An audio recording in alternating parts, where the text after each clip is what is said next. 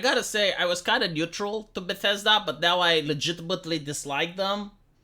Kind of like most AAA companies, and I don't even dislike them because they're woke or anything like that. No, I dislike them because they're not trying to make art anymore. Like, none of them are trying to make games that people are going to play 20 years from now. They're just trying to money grab. You know, it's like a subscription service that happens to have a video game. This is how they're approaching this. Like, everything they do is like, how can we cut expenses? How can we convince the player to pay more for DLC and pay more for microtransactions? How can we release the game with a perfectly functioning cash shop, but at the same time, the game probably doesn't even work, but we're going to patch it later on with like a 40 gigabyte patch or some shit. You know, like that type of thing. Now, the thing that that made me dislike Bethesda a lot is their fans. Okay? Some of you guys probably, like, I don't dislike you guys, but you have helped me in disliking Bethesda even more with your comments, basically. Oh, well, it's okay if the NPCs look like dog shit. I mean, it's a Bethesda game. They all look like dog shit. Oh, it's okay if the planets and the environment and everything else looks like dog shit smooshed with Vaseline. Because it's a Bethesda video game. Like, all their environments look like dog shit smooshed with Vaseline. And I'm like, no, hold on a little bit. Like why? Why do I have to put up with this? It's 2020 fucking free, right? Like, do they not have access to the same technology that other corporations have?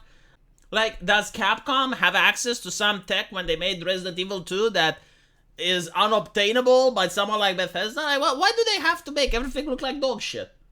And why do people have to justify it? Why does everyone have to justify everything that happens because it's Bethesda? Like if any other company would do the same, they would be held to standards. But because it's Bethesda, oh, it's fine, right?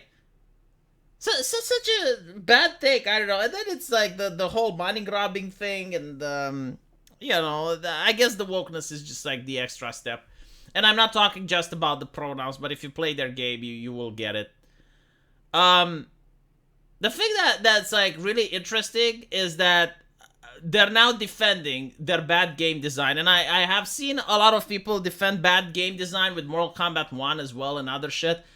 It's with the I want to taste your flesh lady from Baldur's Gate 3, like people were defending her in the comments. It's like, well, I mean, she's Githyanki. Githyanki are supposed to act like that. Like, no. Like, I can write a compelling romance with a female Githyanki character that is going to make you drool. Like, you're going to be like, oh my god, I want this. But what Larian Studios did is definitely not it. But we're seeing here with Bethesda as well, right? So, they're saying that most of Starfleet's 1,000 and plus planets are dual on purpose because when the astronauts went to the moon, there was nothing there, but they certainly weren't bored. Oh my fucking god. Where do I even begin with this? Like, you get to choose as the story writer what happens in your game. Okay, like, why not just write how the player has to pay taxes? It has to go to work, and the work is actually 8 hours a day, right? There are certain things which are part of realism that are good to have in a game. Like, for example, the recoil of a weapon, the look of a car, right? The handling, like certain things are good to have in the game because they're realistic. Other things aren't good. Simply making your world boring with 1,000 empty planets is not a good game design option. I'm sorry. No, it's fucking not. And not to mention, you're even not making a coherent statement. You're saying, oh, well, astronauts went to the moon, and they certainly weren't bored. Okay, fine. Let's imagine that on Earth there is a place with 100 tropical islands, right? And they look really great. They're nice. Now, when you go to the first tropical island, you're probably going to experience amazement. You're going to say, wow, like, this is such a nice place. I love it here, right? and then you explore another island, and you're also amazed. But I think like by the time you explore the 5th island, it starts getting a little bit boring, doesn't it? And when you go to like all the 100 islands, it starts turning into a fucking chore, isn't it?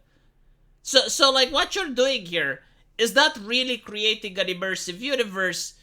You're just throwing in like random shit so that your world looks bigger than it is. Like the world is bloated, which is fine, you know? Like, okay, you want to create a bloated universe, but don't come and defend it, please, for the love of God. You know, don't just come here with your poker face and then with your testicles in hand and say, oh, well, actually, it's because when they landed on the moon, they weren't bored. They were probably scared shitless that if even one thing went wrong, they wouldn't be returning home. Like, they were afraid that, like, you know, like, there's no one to repair your stuff in space. So, like, if the engine or whatever they used was malfunctioning, well, that's it. Jesus. Weren't bored. No, but, like, I see this happening every single time. And it's not just Bethesda, it's mostly Bethesda. But, like, other video games, you know, in Mortal Kombat 1, you're like, why do the women look so old? It's like, oh, well, actually, it's because Liu Kang restarted the universe. Shut the fuck up. Like, of course you can find lore reasons for literally anything. You know, like, the writer can just write out, like, Mortal Kombat, it's renowned for sex and violence, right? So the writer can just write off the sex and give a lore reason why it's not there, and write off the violence and also give a lore reason, you know? Like, maybe Liu Kang made the new universe so that no one can hurt another person. Like, if you punch someone, instead of the other person feeling the pain, you feel the pain. And then no one is fighting, right? Like, you can make this shit, but the question is, like, would it be an interesting video game? Huh? I don't think it would be an interesting video game, so, like, don't give me the lore bullshit. And other times, it's like, oh, well, actually, you know, like, I want to taste your flesh from Baldur's Gate. Well, it makes sense, because, like, she is from a warrior race, and she doesn't know what love is, but, you know, like, she has to follow orders from her Lich Queen, and she's confused and shit.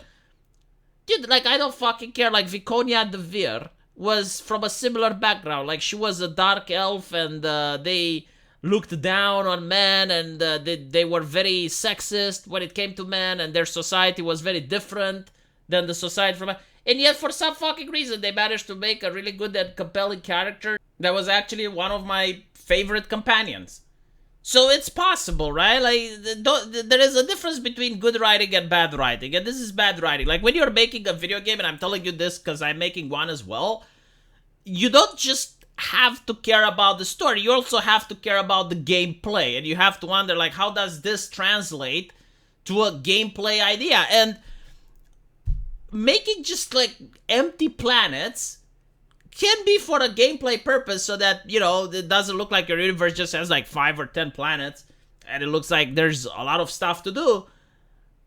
But don't defend it. It's like, oh, well, you know, because astronauts weren't bored. Like, I guarantee to you, if I take a developer from Bethesda and I make him visit each and every planet, is he going to experience what the astronauts experienced? Let me know what you guys think, and as usual, I will see you in the comment section. Take care.